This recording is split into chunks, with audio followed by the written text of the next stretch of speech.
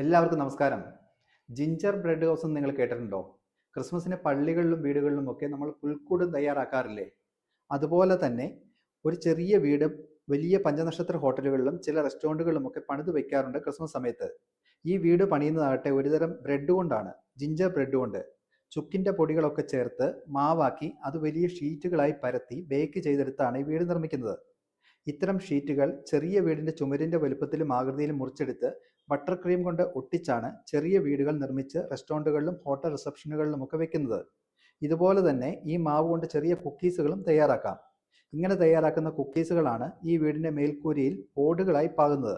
പിന്നെ butter cream കൊണ്ട് അലങ്കരിച്ച് ഐസിങ് ഷുഗർ ഒക്കെ ഡസ്റ്റ് ചെയ്ത് കഴിയുമ്പോൾ യൂറോപ്പിലൊക്കെ കാണുന്ന മഞ്ഞിൽ പൊതിഞ്ഞു നിൽക്കുന്ന ഒരു വീട് പോലെ തോന്നും.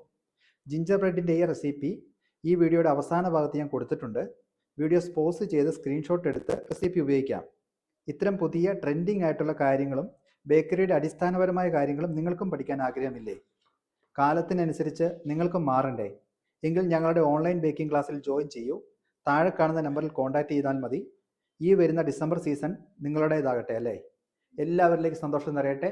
ഒത്തിരി സന്തോഷത്തോടെ, ഷെഫ് എമിൽ ഫിലിപ്പ്.